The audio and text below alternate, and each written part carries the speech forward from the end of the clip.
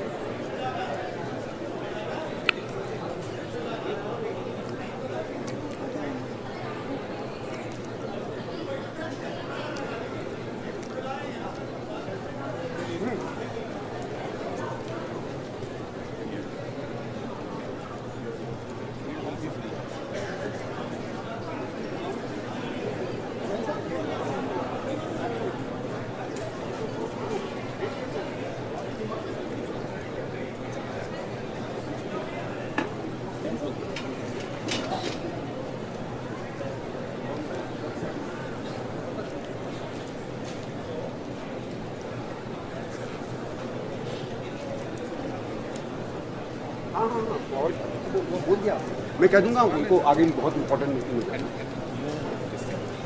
एक बार आप भी फिर से अनुरोध है, प्लीज नारे मत लगाइएगा। मैं राहुल जी की टीम से भी बात की है, वो भी सहमत हैं। आपसे बहुत विनम्रता से निवेदन है कि आप प्लीज नारे मत लगाइएगा, बहुत विनम्रता से निवेदन है।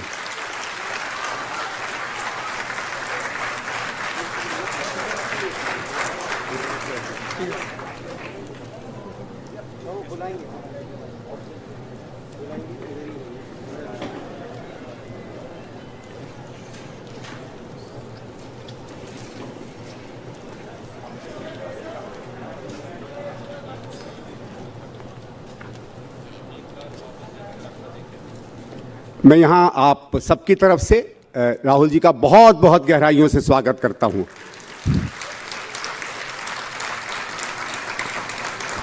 आप दिखाइए तो कि स्वागत कर रहे हो।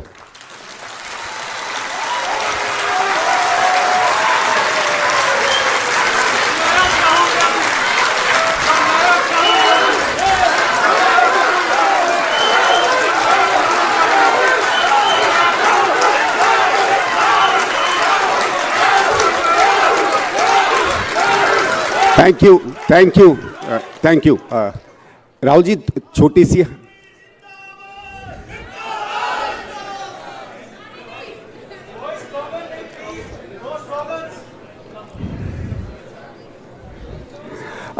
राहुल जी, मैं थोड़ा सा चाहूँगा, हमारी कुछ प्रथाएं हमने रचनात्मक कांग्रेस में रखी हैं।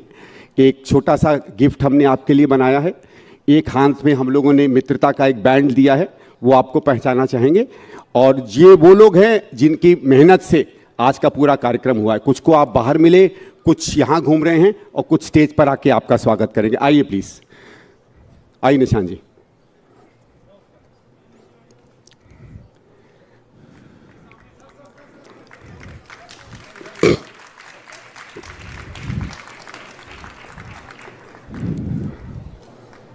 संदीप छत्तीसगढ़ वाले भी हैं।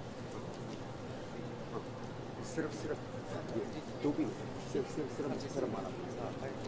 अभी नहीं अनाउंस करेंगे।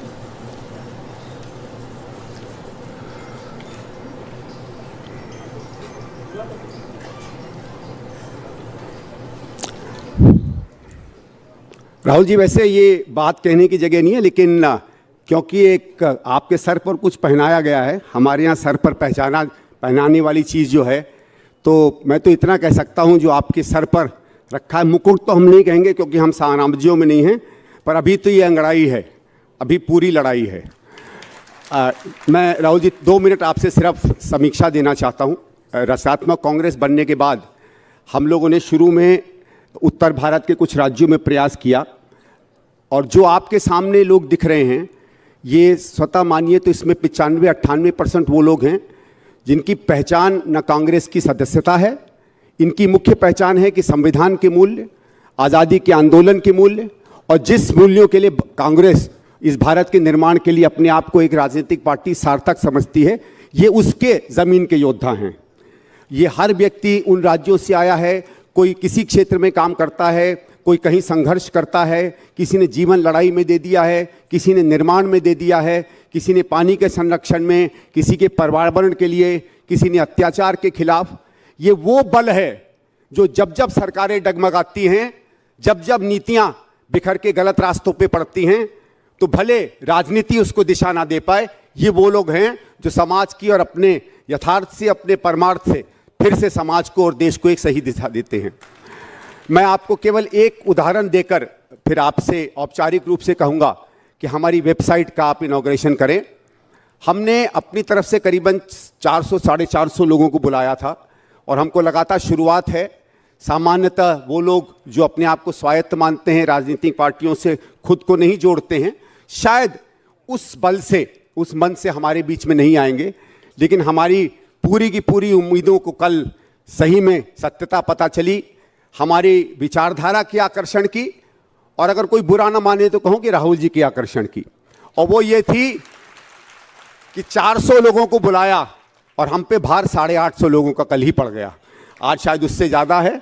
और मुझे तो तब पता चला जब होटल के बिल आए कि कितने आप लोगों ने लोगों की बुकिंग की है, कितने लोग पहुँचे। तो ये एक सच्ची में उस विचारधारा की शक्ति है, और शायद जिस तरीके से हमने कोशिश की आपको संजोने की।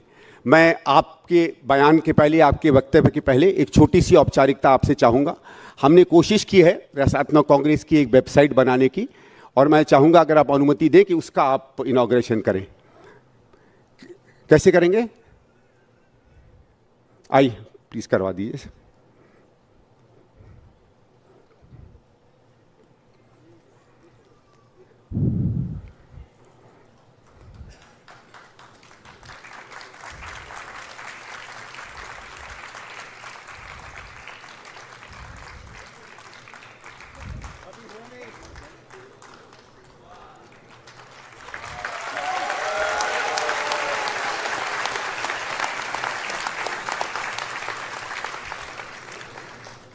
मैं फिर से जो प्रतिनिधि आए बताऊंगा। हमारे 4 बहुत ही बलशाली मित्र इस समय मंच पर राहुल जी के इर्द गिर्द बैठे हैं, और इनको वहाँ इर्द गिर्द बैठाने के पीछे 2 ही हमारे ध्येय हैं। एक ये है कि अपने अपने परिचय से, अपनी अपनी पहचान से, अपने अपने संघर्षों से, उम्र कुछ भी हो, इन लोगों ने उन समाजों, उन मुद्दों के साथ अपने को जोड़ के रखा है जो मुद्दे समाज हमारे लिए अहमियत रखते हैं। इसलिए आप लोग एक चीज मानिएगा, जो ऊपर हमारे मित्र ने कहा कि एक एक के पीछे 1-1 हजार है, इन 4 के पीछे पूरे 140 करोड़ हैं। अब मैं राहुल जी से आग्रह करूंगा कि आए, हम लोगों को दिशा भी दें और अपना वक्तव्य हमारे साथ साझा करें।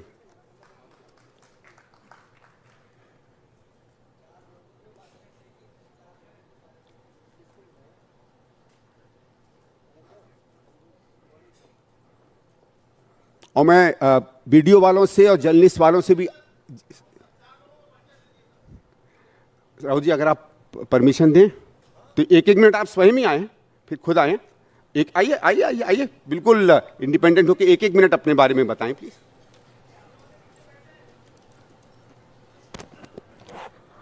आप सभी को मेरा नमस्कार। मेरा नाम मोनिका इजारदार है। 2018 बैच की मैं प्राइम मिनिस्टर अवार्डी, छत्तीसगढ़ में पहली महिला प्राइम मिनिस्टर अवार्डी रही। साथ ही साथ आज मैं जिस उद्देश्य को लेकर के आई हूँ, जैसे रचनात्मक कांग्रेस में जो मेरा उद्देश्य है यहाँ आने का, सिर्फ और सिर्फ एक ऐसा विषय जिसे सम्मान दिलाना।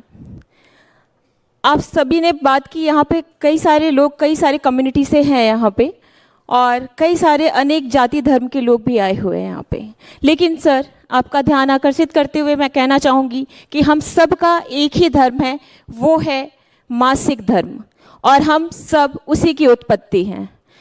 मैं इसी विषय को पूरे देश में सम्मान दिलाने के लिए आई हूँ। मैं 14 वर्षों से इस विषय पर काम कर रही हूँ, और इस विषय पे जब मैं इस विषय पे काम करती हूँ तो बहुत ही हीन भावना से इसे देखा जाता है। जब मैं किसी इस विषय को लेकर के जाती हूँ कि माहवारी स्वच्छता, तब लोग बहुत हीन भावना से देखते हैं कि ये भी कोई विषय है। मैं इसी विषय को सम्मान दिलाने के लिए यहाँ पर आई हुई हूँ। 14 वर्षों का संघर्ष स्वच्छता को लेकर के, सैनिटेशन को लेकर के, सिर्फ और सिर्फ महिलाओं के लिए। जब महिलाएं स्वस्थ नहीं रहेंगी तो सशक्त नहीं रह पाएंगी। मैं 42,000 ऐसी बच्चियों के साथ काम कर रही हूँ जिन्होंने अपने पीरियड को बहुत करीब से देख लिया और सबसे पहले देख लिया। जैसा कि मैं आप सभी के समक्ष रखना चाहूँगी और पुनः ध्यान आकर्षित करते हुए कहना चाहूँगी कि 7-7 वर्ष की बच्चियों को भी पीरियड्स आ रहे हैं, और मैंने अब तक की 42,000 बच्चियों का चिन्हांकन किया जिन्हें अपनी कम उम्र में पीरियड्स आ गए। उनकी मानसिक स्थिति के बारे में, उनके स्वास्थ्य के बारे में आज हम पूरे देश में पावना के रूप में इस पूरे कार्यक्रम को चला रहे हैं। और मैं सर से निवेदन करना चाहूँगी कि इस पूरे विषय को जब हम ऑफिस में भी, जैसे मैं एज अ नोडल के रूप में मैं कार्य कर रही थी रायगढ़ डिस्ट्रिक्ट छत्तीसगढ़ में, तब मैं जब सैनिटरी पैड्स अपने बैग में लेकर जाती थी तो पुरुष वर्ग या हमारे ऑफिसर्स भी जब उसको देखते थे तो कहते थे, मैडम ये क्या उठा के लेके आए हैं। और आज जब स्थिति ऐसी है, 14 वर्षों के बाद ये स्थिति बदली है, और वो देखने के बाद कहते हैं कि हमारी भी घर पे महिलाएं हैं, आप लेके आइए। तो ये परिवर्तन आया है सर। मैं चाहती हूँ कि रचनात्मक कांग्रेस में आगे इस विषय को सम्मान दिया जाए और इस विषय को आगे भी लेकर के जाया जाए। Thank you very much sir.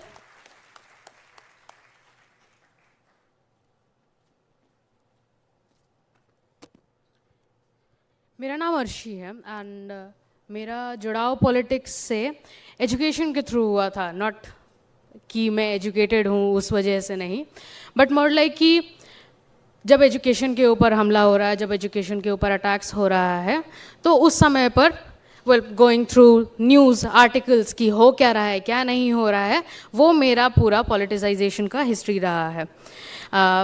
Here मेरा 2 टॉपिक्स है basically, education and LGBTQIA community. I belong to LGBTQIA community. I am a non-binary person. Transgender के बारे में हमने सुना ही है, उसी अम्ब्रेला टर्म के अंदर आता है। ट्रांस मैन है, ट्रांस विमेन है, there are others as well, जिसके बारे में हम आधे से ज़्यादा समय भूल जाते हैं। एनीवेज, तो ऑन एजुकेशन, करंट जो नेशनल एजुकेशन पॉलिसी है, यहाँ पर पे जो अब इसका जो इफ़ेक्ट है उसका इफ़ेक्ट ये है कि हमारा जो देश है वो, इसमें गरीबों की संख्या बहुत ज़्यादा है। इसमें उन लोगों की संख्या बहुत ज़्यादा है जो लोग चीज़ें अफोर्ड नहीं कर सकते हैं, जो लोग अच्छी एजुकेशन नहीं अफोर्ड कर सकते हैं। अब नेशनल एजुकेशन पॉलिसी के तहत उनके लिए ये और मुश्किल होता जा रहा है। उनको अभी स्किल एजुकेशन मिलने वाली है और वो एक वर्कफोर्स तैयार होगा जो बहुत स्पेसिफिक चीज़ों के लिए काम करेगा। तो उनके लिए दिक्कत होगा कि वो लोग आगे क्या करेंगे, आगे वो अपनी नौकरियों में भी आगे बढ़ पाएंगे ही नहीं कि नहीं।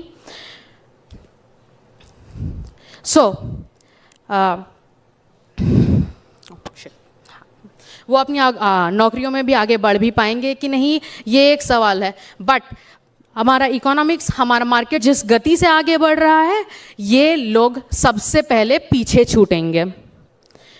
तो इनका तो इफेक्ट होने ही वाला है, सबसे ज़्यादा गरीबों पर, सबसे ज़्यादा माइनॉरिटी सेक्शन पर, और ये जो एक्सक्लूडेड ग्रुप है सोसाइटी के, इन पर, इनमें आता है हमारा LGBTQIA प्लस कम्युनिटी। हम जब नौकरी लेने जाएंगे तो हमें नौकरी में जो भी रीजंस दे करके हमें कंसिडर नहीं किया जाएगा, नौकरी मिल भी जाएगा तो शायद निकाला जाएगा, और अगर नौकरी में हैं तो वहाँ हरासमेंट है, वहाँ अलग अलग तरीके की दिक्कतें हैं। और रही बात, ये तो ये हो गया अगर नौकरी मिल भी गई तो।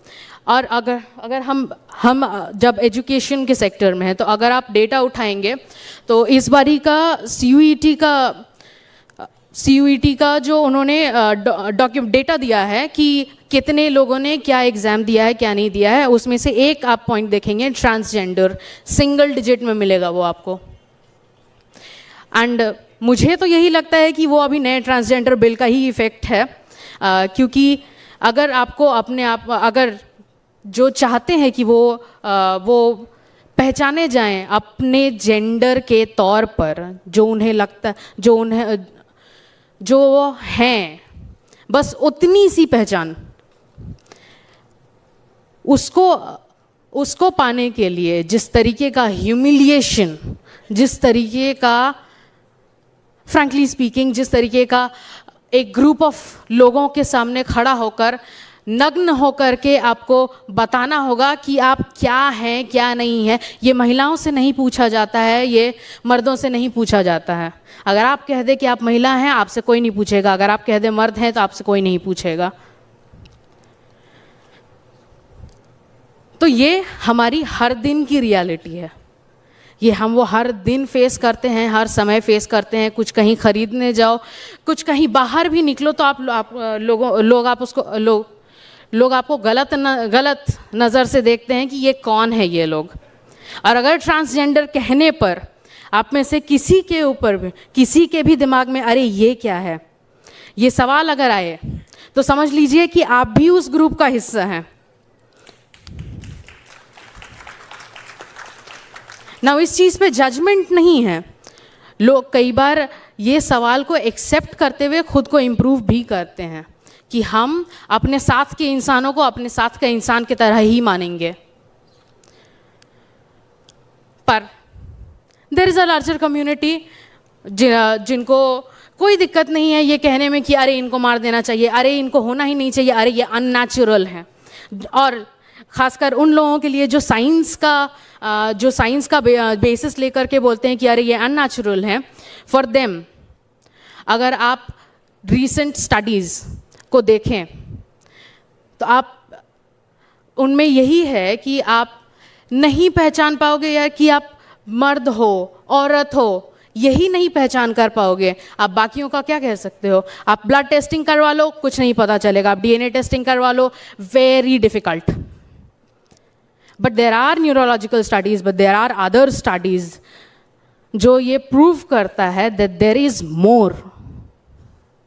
तो हम जितना जानते हैं सिर्फ उस पे अटक के नहीं रहना चाहिए, हमें वो साइंटिफिक टेम्परामेंट चाहिए, हमें वो क्रिटिकल थिंकिंग चाहिए, हमें वो इंक्लूजन चाहिए, और सबसे ज़्यादा सिर्फ LGBTQI कम्युनिटी के लिए नहीं, सब के लिए एम्पैथी चाहिए।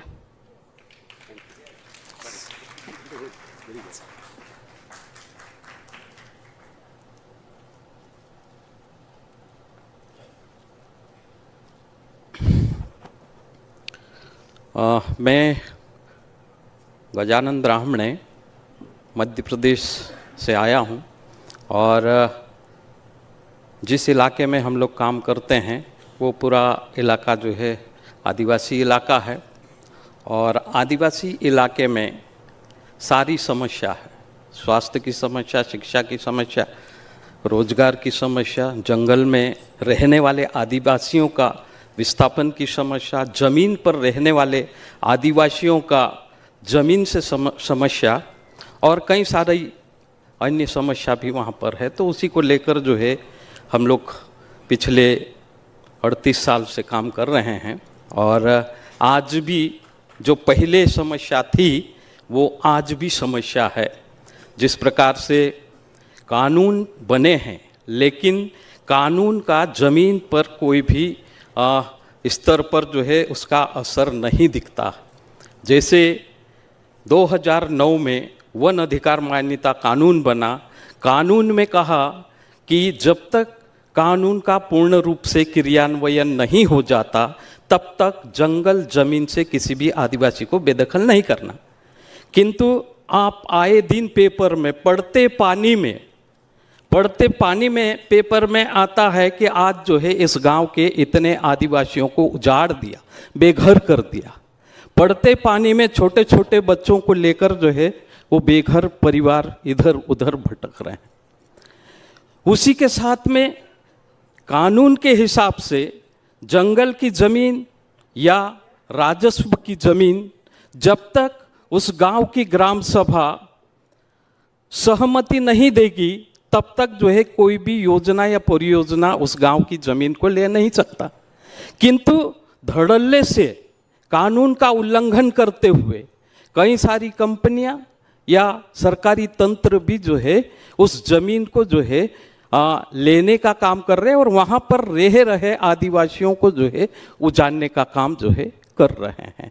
तो कुल मिला के आदिवासी इलाके में कानून का सही ढंग से क्रियान्वयन नहीं होना, जिससे आदिवासियों का विस्थापन होना और साथ ही जो है उस इलाके में जिस प्रकार से वो कानून पंचायत उपबंध अनुसूचित क्षेत्र पर विस्तार अधिनियम आदिवासी इलाके के लिए स्पेशल बना है, तो दूसरे कानून वहाँ लागू नहीं होना चाहिए। लेकिन जो है वहाँ पर जैसे विवाद, छोटे मोटे विवाद निपटाने का अधिकार उस गांव की ग्राम सभा को दिया गया है, लेकिन कहीं भी छोटा मोटा मामला होता तो पुलिस धड़ाम से वहाँ पर पहुँच जाती है।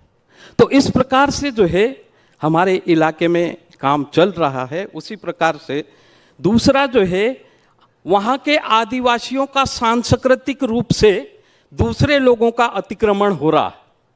आदिवासी की संस्कृति नष्ट करना, आदिवासी के जो है वाद्य यंत्र नष्ट करना और आदिवासी की भाषा और देवी देवताओं को नष्ट कर कर दूसरे धर्म का आक्रमण होने के बाद में वहाँ के आदिवासियों को धीरे धीरे खत्म करने का काम भी चल रहा है।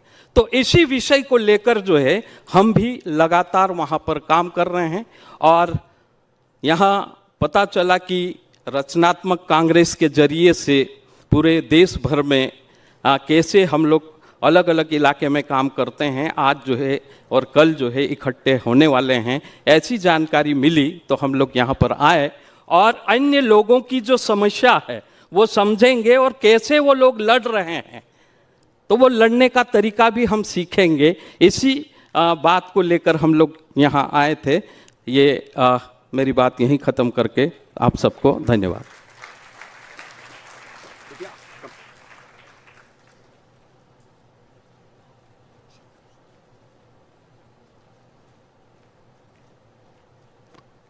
नमस्ते, मेरा नाम दिव्या अहरवार है और मैं बिजावर से नगर परिषद पार्षद हूँ। मैं बुंदेलखंड से हूँ।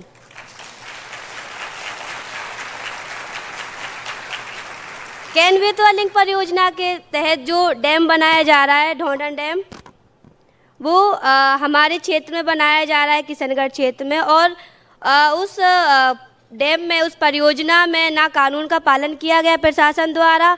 आदिवासियों के मकान बिना नोटिस दिए, बिना मुआवजा दिए तोड़ दिए गए। जब जब आदिवासी अपने हक अधिकार की बात करते हैं उनके ऊपर लाठीचार्ज किया जाता है, उनके ऊपर फर्जी केस लगा दिए जाते हैं। जो भी आंदोलनकारी होते हैं उनकी आवाज़ को दबाने के लिए प्रशासन द्वारा कई तरह से प्रताड़ित किया जा रहा है और हम लगातार लड़ रहे हैं, संघर्ष कर रहे हैं। जो आपने जो चिता आंदोलन देखा होगा वो हमारे ही क्षेत्र में हुआ था, बुंदेलखंड में। और ये सिर्फ हमारे जल जंगल जमीन की लड़ाई नहीं है, ये हमारे हक अधिकार की लड़ाई है। इस कैन बेतवा लिंक परियोजना के तहत एक बड़ा पर्यावरण विनाश हो रहा है, जिसमें 46 लाख पेड़ काटे जा रहे हैं। कैन नदी पूरी तरह से बर्बाद हो जाएगी और पन्ना रिजर्व टाइगर उसका 3% जो भाग है वो प्रभावित हो रहा है। तो एक तरह से पन्ना रिजर्व टाइगर पूरी तरह से बर्बाद हो जाएगा। तो एक बड़ा विनाश हो रहा है। हम विकास के विरोधी नहीं हैं, हम सिर्फ विनाश और बिना मुआवजा दिए, बिना कानूनी कार्रवाई किए लोगों के घर तोड़ना अन्याय, इस अन्याय के खिलाफ है हम। तो मैं बस इतना ही कहना चाहूँगी। बहुत बहुत धन्यवाद। और राहुल सर से कल हमारी मुलाकात हुई है और राहुल सर बहुत अच्छा लगा हमें कि उन्होंने जो हमारे साथ हमारे प्रभावित आए थे 5 परियोजनाओं से, कैनवेतवा लिंक परियोजना, रुंज परियोजना, मझगांव परियोजना, नेंगवा सिंचाई लघु परियोजना और एनटीपीसी, सभी परियोजनाओं के प्रभावितों को राहुल सर ने बहुत अच्छे से सुना और बहुत अच्छी तरीके से उनको उनको बहुत अच्छा लगा जब वो लोग यहाँ से गए, बहुत खुश होकर गए। और उनको उम्मीद है कि राहुल सर वहाँ पर आएंगे, उन सब के इस मुद्दे को संसद में भी उठाएंगे।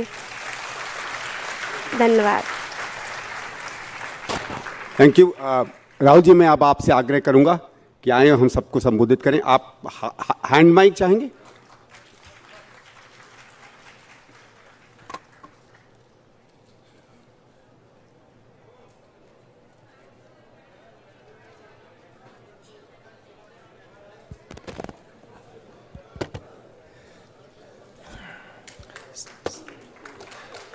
संदीप दीक्षित जी, अभी आ रहा हूं, अभी वहीं जाऊंगा।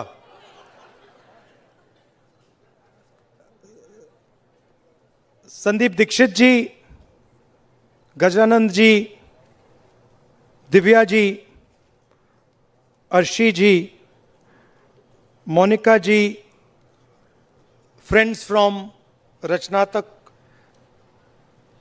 Congress, brothers and sisters, and I see some of my old friends from the press. I like to welcome everybody. Love you, love you. तो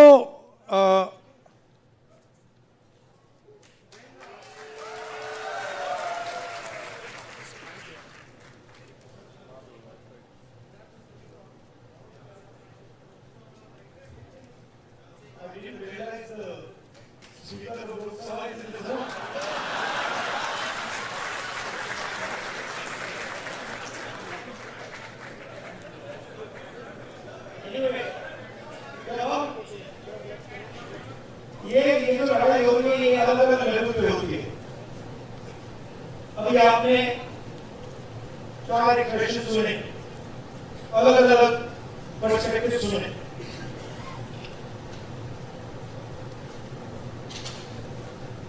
मेरा काम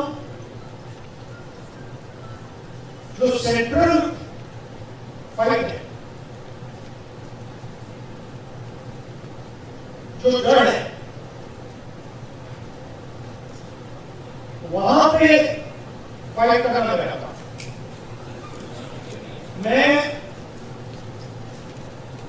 मुझे मेरे लिए आइडियोलॉजिकली लड़ाई किस बात की है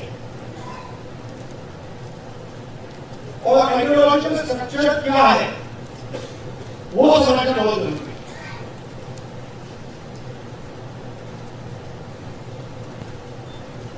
तो लड़ाई किस चीज के बीच में होगी आपके मुताबिक? अगर आप बिल्कुल फाउंडेशन में ले जाए, मतलब खोदते जाए और बिल्कुल नीचे तक चले जाए, लड़ाई किस चीज की?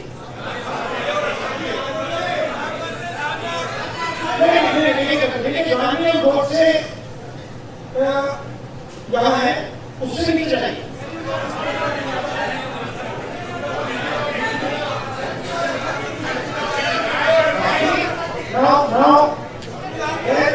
इसमें आपको हजारों आंसर मिलेंगे। कोई कहेगा संविधान का है, कोई कहेगा संविधान का है, कोई कहेगा गांधी बोर्ड से, कोई कहेगा मीडिया फ्रीडम, कोई कहेगा आदिवासी, कोई कहेगा कॉर्पोरेट। ठीक है, तो इसको हम डिस्टिल कैसे करें? क्योंकि जो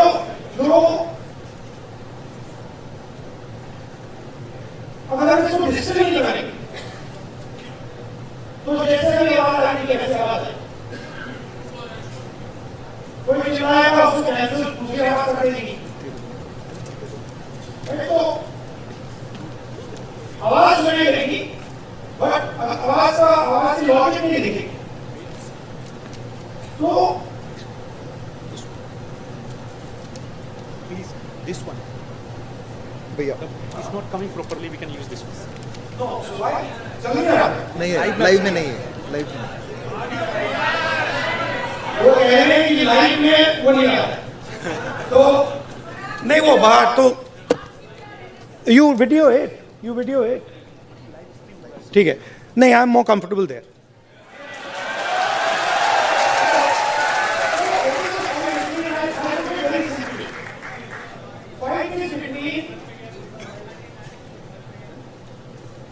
Order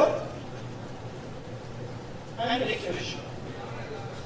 Okay, there are some people who want to give orders and order society, and there are other people who want to express themselves, and that order is disturbing their expression.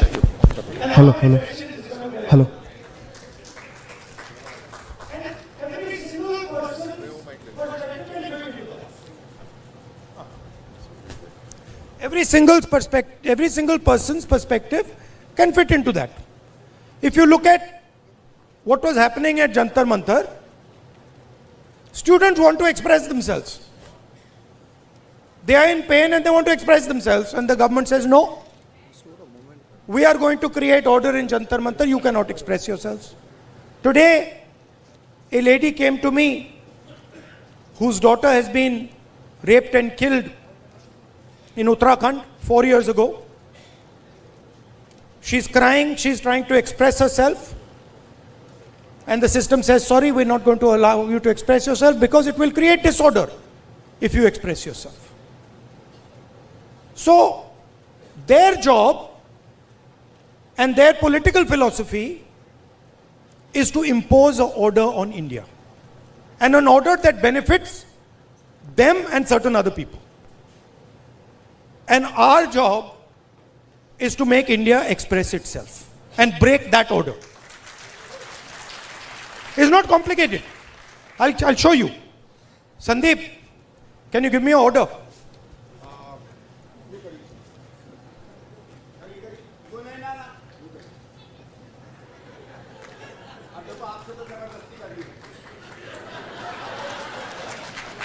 This is RSS. This is रचनात्मक कांग्रेस। एक और order दो भाई, हाथ मिलाने का order दे दो, चलो सिंपल कर देते हैं, फ्रेंडली जेस्चर, हाथ मिलाने का ऑर्डर कर देते हैं, हाथ मिलाने का ऑर्डर दो।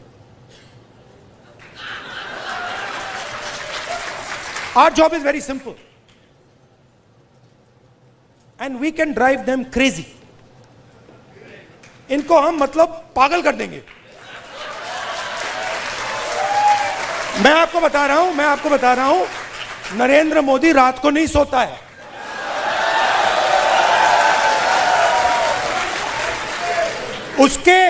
उसके अलग अलग कारण है। उसका एक ऑब्वियस कारण है और उसके बहुत सारे हिडन कारण भी हैं। आपने देखा अमित शाह, सो कॉल्ड, क्या कहते थे उसको पहले, चाणक्य, और क्या कहते थे, सरदार पटेल, तड़ीपार, वेयर हैज ही डिसअपियर्ड? वो भाग गया। वो 20 दिन के लिए पार्लियामेंट हाउस में नहीं घुस पाया वो। Why? Because for the first time they are feeling India's expression. और अब इनको बात समझ आ गई है कि अब ये देश अपने आप को एक्सप्रेस करने से नहीं रुकने देगा। ये चल रहा है, गया, और आपको अपना छोटा सा मतलब आरएसएस का ऑर्डर क्रिएट करना है, क्रिएट कर दो, उठा के तोड़ के फेंक देगा ये। उसका एक तरीका है, मोहब्बत की दुकान है। वही बेसिकली वही कह रहा हूं। वो कह रहे हैं, देखिए, आइए संदीप, से फिर से आपको डिस्टर्ब करता हूं। अब आप मुझे एक ऑर्डर दीजिए। हाँ, नहीं आप एक ऑर्डर दे, एक ऑर्डर दे दीजिए मुझे, कोई भी ऑर्डर। ये क्यों किया मैंने, एक ही कारण है, क्योंकि मैं डर गया। अगर मैं ऑर्डर से डर गया, ऑर्डर देने वाले से डर गया, तो मैं अपने एक्सप्रेशन को बंद कर दूंगा। अगर नहीं डरा, क्यों मैं बंद नहीं करूंगा, मैं अंदर अपने एक्सप्रेशन को मतलब अंदर से गाली दूंगा कि भैया मुझे मतलब ये अच्छा नहीं लग रहा है, but that is an expression of fear, that is cowardice. And frankly, I must tell you, a lot of people in India, and this is something that has disturbed me, a lot of people in India have been behaving like cowards. So many people, they've been behaving like cowards against this cowardly force. Now I can understand if you are fighting the British Empire and suddenly you say, I'm feeling a bit scared. But you're fighting a bunch of jokers, how can you feel scared? You're literally, please understand, you're literally fighting a bunch of jokers, clowns, right? Who have no idea about our philosophy, no idea about our history, right? They're a bunch of clowns. Now, I couldn't say this. I can naturally say this about my friends in the RSS. It's obvious to me. In fact, it's obvious to most people that these people have no understanding of India. Right? Why? Because somebody who cannot connect with India as it is today cannot understand India. To understand India, you can't understand India 3,000 years ago. You have to understand it today, right now. And to understand it today, the only way to understand it today is if you understand its expression. These people, please watch them. Please watch them. I'll show you. Bhaiya, 3-4 of you come here. Aaiye, abhi aaiye. Just come. Just stand like this. Just stand next to him. Just stand next to him. Just come. Stand here. Now do that RSS salute. That one, how do you do it? Just do it. Just do it. Just do the RSS salute. See, they're not taking the order. Right? But this is what that structure looks like. This is what the RSS looks like mentally, conceptually. Now let me show you the Congress. Let me show you. No, they are now, suddenly they became the Congress. See? So these people, what have they done? What is the magic trick? The RSS has been utilized, has been captured and been utilized by large capital. Okay? Please understand. Large capital, Mr. Ambani, Mr. Adani, these guys have captured the RSS. The RSS ceased to exist long ago. What was the RSS? The RSS was the expression of the small Indian businessman. Goldsmith, jeweler, Banya, that was the RSS. That died. It's gone. Today the RSS is an instrument of Mr. Adani. That's all it is. And they stand there with their lathis and all making a fool of themselves. Hindi में बोलूं, मेरा कहना है RSS क्या था? RSS जो छोटा businessman था, मैंने स्टडी की ये बात, जो छोटे छोटे बिजनेस वाले थे, मिठाई की दुकान चलाते थे, सोनार थे, लोहार थे, इनकी फोर्स थी। उनको तो उन्होंने धोखा दे दिया, मार दिया, वो तो सब मर गए। आरएसएस ने डीमोनेटाइजेशन कर दिया, जीएसटी कर दी और अपने ही लोगों को धोखा दे दिया, खत्म कर दिया। उसके बाद क्या हुआ? शुरुआत कैसे हुई? शुरुआत वाजपेयी जी के टाइम में प्रमोद महाजन ने की। कैपिटल इंजेक्शन को आरएसएस के अंदर उसने डाला, पहला फर्स्ट स्टेप। और second step Narendra Modi, final corporatization of RSS और Narendra Modi. It's obvious, RSS as original force is dead. We are not fighting, they finished, they're gone. Now RSS is an instrument of large capital. They are servants of Mr. Adani, just like Mr. Modi is servant of Mr. Adani. Now, what is our problem? Our problem, which is now to a great extent been resolved, that my friends in the media have been captured by them. It's a big problem, because they will come and tell me, sir, we don't like what is happening. But we have to, they tell me, I'm telling you, we have to feed our children. हमें भी नौकरी करनी है. मेरे मतलब वो prime minister है, उसके सामने पुलिस वाला है, मेरे कान में विस्पर कर रहे हैं, भैया इनको हटाइए, आप यहां से इनको हटाइए. वो मुझे हटा रहा है और मेरे कान में कह रहा है, भैया इनको हटाओ. मैंने कहा ये क्या बात कर रहे हो? नहीं, हमारी नौकरी है, हमें काम करना है. अंडरस्टैंड. इनका भी एक्सप्रेशन मैं समझता हूं कि आपको अपने बच्चों की स्कूलिंग करानी है, फ्यूचर बनाना है, but there is also something known as national spirit.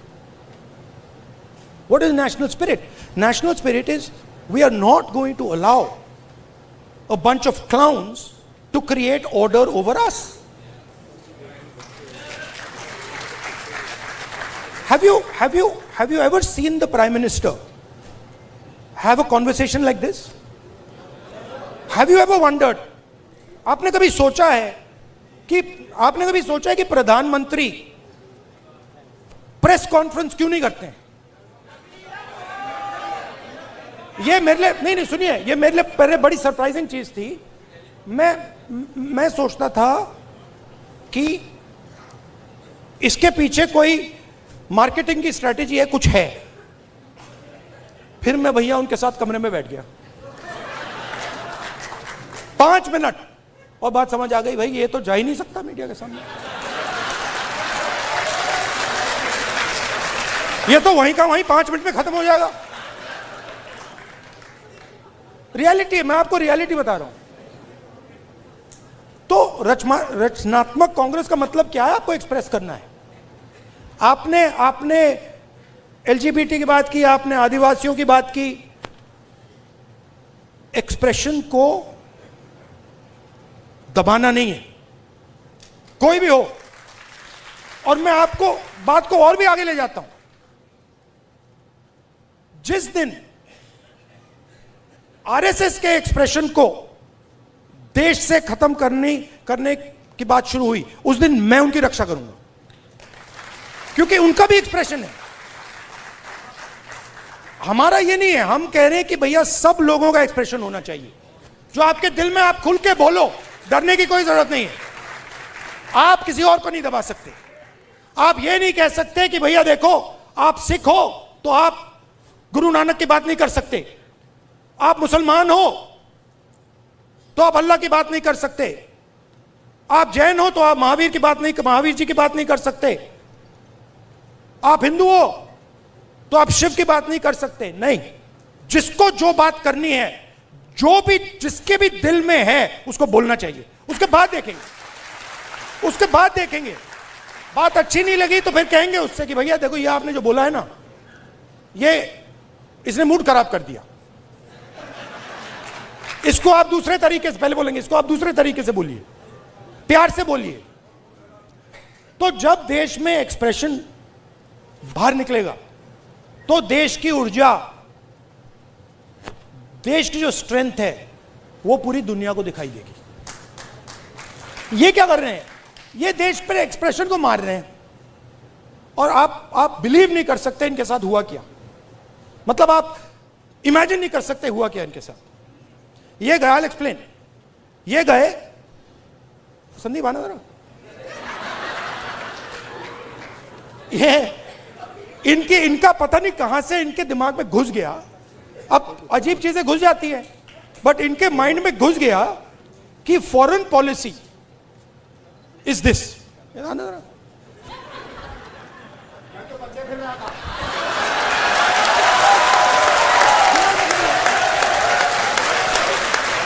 अब पता नहीं किसने डाला, कहां से घुसा कि भाई फॉरेन पॉलिसी का मतलब imagine the ignorance foreign policy. एक चीज पूछ सकता हूं? हाँ, मिलनी समझ के तो नहीं पकड़ा था? I have not reached there yet. But पता नहीं कहां से घुस गया कि फॉरेन पॉलिसी का मतलब नेताओं से गले लगना। मैं छोटा था, मैं आपको पता नहीं अंदर की बात है, बोलनी चाहिए नहीं बोलनी चाहिए, मां गुस्सा हो जाएंगी शायद, बट ठीक है मैं बोल देता हूं, फिर आप संभालना उनको। तो मैं छोटा था, हम अमेरिका गए, एक्सप्रेशन की बात हो रही है तो कह देता हूं, हम अमेरिका गए। मैं आपको ये बात इसलिए बता रहा हूं कि लीडर क्या होता है, मैं ये समझाने की कोशिश कर रहा हूं। तो हम अमेरिका गए, मैं 12 साल का था, प्रियंका, मैं, मेरी मां, दादी प्राइम मिनिस्टर थी। गले मिलने की बात हो रही है ना। तो स्टेट डिनर था, ऑफिशियल डिनर था। तो दादी और मां ऑफिशियल डिनर पे गए, हम बच्चे थे तो हमें मतलब छोड़ दिया घर, हम खेल रहे थे। 2-3 घंटे बाद दादी वापस आई और दादी कहती हैं कि सोनिया, इन अमेरिकनों ने ना मुझे बिल्कुल बेवकूफ समझ रखा है। तो मां कहती है, मां दादी को मम्मी कहती थी, तो मां कहती है मम्मी व्हाई? और मेरी दादी कहती है तुमने नोटिस नहीं किया कि जिस रंग की मेरी साड़ी थी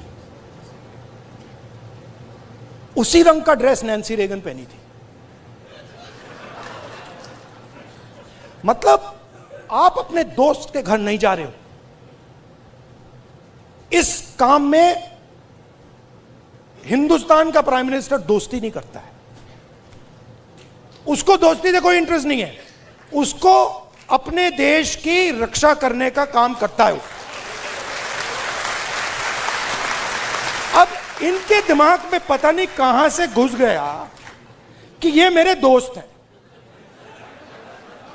वो गले लगने लग गए, थोड़ी देर बाद हो जाता है कि भैया ये मेरा दोस्त है, गले लग लिए 3 बार, दोस्त होगा। वो पीछे पकड़ लिया उन्होंने, हाँ, वो 2 मिनट में, देखो ये सोच रहे कि मेरे बड़े फ्रेंड हैं, है ना, ये सोचे मेरे बड़े फ्रेंड हैं, ये मैं अपने आप को इनका फ्रेंड नहीं मानता हूं, तो ये आ रहे गले मिलने, मैं आ रहा हूं गला पकड़ने। और मैं आपको बता रहा हूं, नरेंद्र मोदी को 2 मिनट में लपेट लिया। अब इमेजिन हुआ क्या, इमेजिन हुआ क्या, एक साइड ईरान में युद्ध होता है,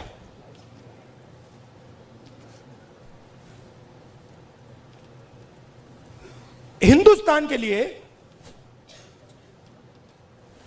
अगर हिंदुस्तान अपनी स्ट्रेंथ को समझता और अगर हिंदुस्तान का नेता इंदिरा गांधी जी जैसा होता तो हिंदुस्तान के लिए दुनिया में सबसे बड़ी अपॉर्चुनिटी आपके सामने आई। कौन सी कि भैया ईरान हमारा पुराना दोस्त, अमेरिका हमारा दोस्त, रशिया हमारा दोस्त, चलो भैया हम रेलेवेंट बन जाते हैं, इनकी दोस्ती बनाते हैं। हुआ क्या? नहीं हुआ क्या, पाकिस्तान ने हमें जगह उठा के ले गया। जो मीडिएटर पाकिस्तान बन गया और हिंदुस्तान, मोदी जी देखते रह गए। ये हुआ क्या भाई, ये कैसे हुआ? अब क्या हुआ? अभी ये मीडिया वाले आपको बता नहीं रहे। मुझे मालूम है आजकल भैया, मैं आपको बता रहा हूं, मोदी जी के ऑफिस के अंदर से मुझे इंफॉर्मेशन मिलती है। पूरा रिवोल्ट चल रहा है अंदर। हुआ क्या?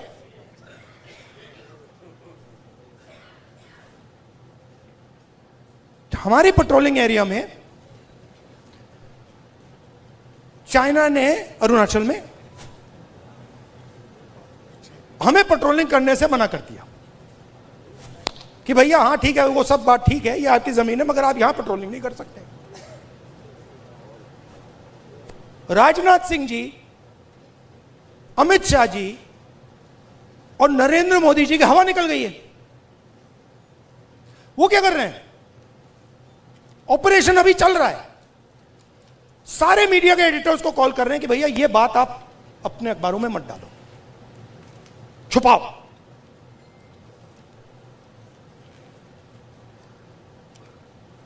सीधा बिना सोचे समझे देश का नुकसान कर रहे हैं।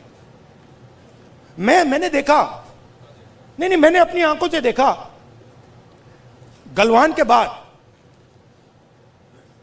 प्रधानमंत्री आए, जूम कॉल थी, प्रधानमंत्री कहते हैं हिंदुस्तान की जमीन का 1 इंच चाइना ने नहीं लिया।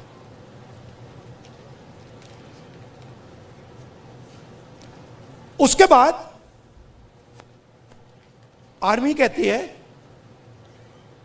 कि भैया हिंदुस्तान की जमीन तो ले गए। आप सोचिए, चाइना को मैसेज किया गया।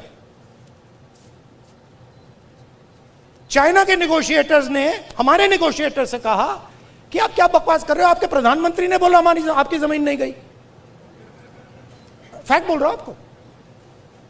आर्मी कह रही है कि भैया हमारी जमीन गई, चाइना का नेगोशिएटर कह क्या बकवास कर रहे हो, तुम्हारा तो प्रधानमंत्री कह रहा है नहीं गई है, जाके उनसे बात करो। तो इन्होंने इंटरनली देश को खत्म कर दिया है, फॉरेन पॉलिसी उड़ा दी है, और सारा का सारा काम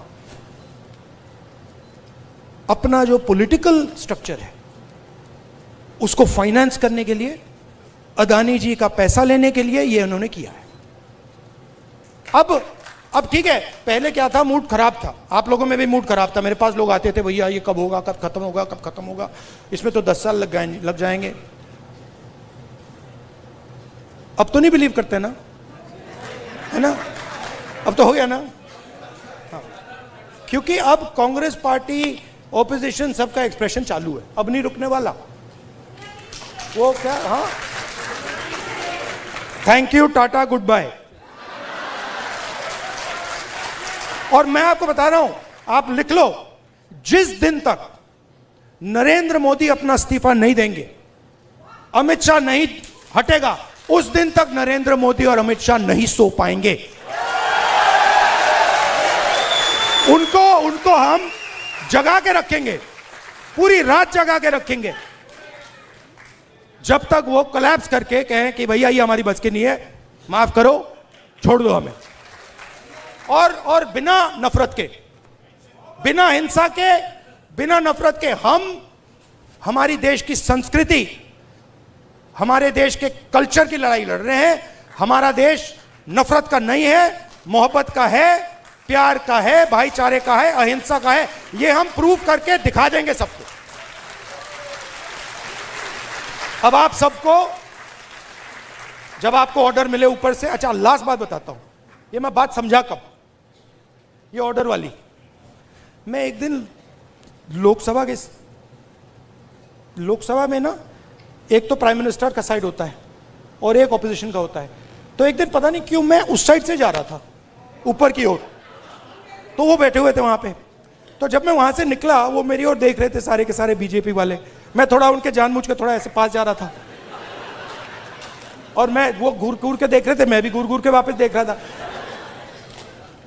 तो एक बीजेपी के सांसद ने पता है क्या बोला, मैं सुन लिया, वो मेरे लिए एक्चुअली था नहीं, मगर मेरे कान में घुस गया वो, क्योंकि ओपोनेंट, मतलब ओपोनेंट गुरु होता है हमारे सिस्टम में, हमारी फिलोसॉफिकल सिस्टम में ओपोनेंट गुरु होता है, वो दुश्मन नहीं होता, वो हमें सिखाता है, और उससे हम नफरत नहीं करते हैं, उससे हम प्यार करते हैं। बट हम उसको समझाना चाहते हैं यार तू गलत रास्ते पे चला गया है, प्यार से। तो उसने क्या कहा, उसने कहा पता है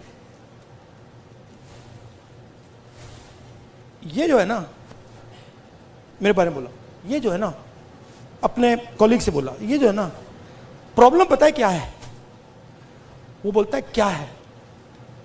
कहता है ये, फिर उसने थोड़ा गंदा शब्द यूज किया, वो मैं नहीं यूज करूंगा, स से, ये किसी खांचे नहीं, ये किसी भी खांचे में नहीं घुसता है, इसको ये कहीं भी नहीं फिट आता है, ये कहीं भी घुस जाता है, अपना करता रहता है। हां, मैं और हम सब किसी खांचे में नहीं घुसने वाले लोग। हमारे पास हजारों खांचे हैं। देखिए मैं आपको बताता हूं, आप सिख हैं, ठीक है, पहला खांचा। दूसरा खांचा, आप बॉलीवुड स्टार जैसे हैं लुक में, दूसरा खांचा। तीसरा खांचा, आप भाई हैं, राइट। चौथा खांचा, आप स्पोर्ट्समैन हो, राइट। हम सब के पास हजारों खांचे हैं, जो चूज करना कर लो, किसी एक खांचे में नहीं फंसना। Love you all, thank you very much, keep fighting.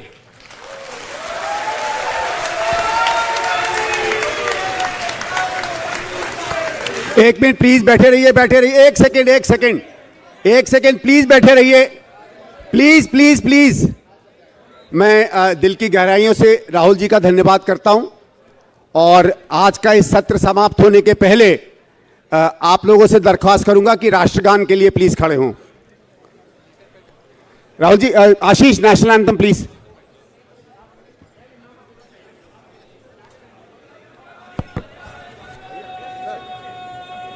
Sir, राष्ट्रगान के पहले नारा नहीं प्लीज।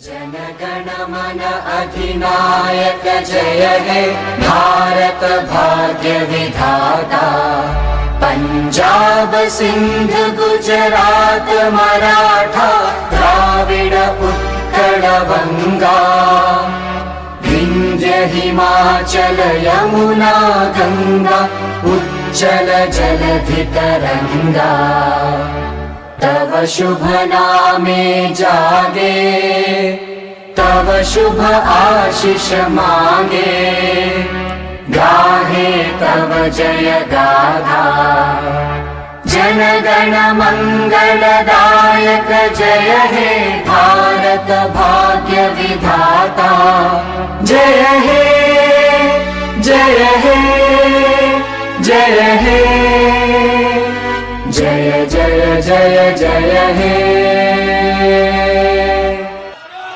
राहुल जी, एक सेकंड राहुल जी, एक आखिरी, राहुल जी बस एक बात मैं आपको बताना चाहता हूं। एक सेकंड भैया, साहिर लुधियानवी की एक बहुत मशहूर कविता है जिसमें उन्होंने कहा है, ये सुबह कभी तो आएगी, ये हमारा प्रण है, ये सुबह हम ही तो लाएंगे। Thank you.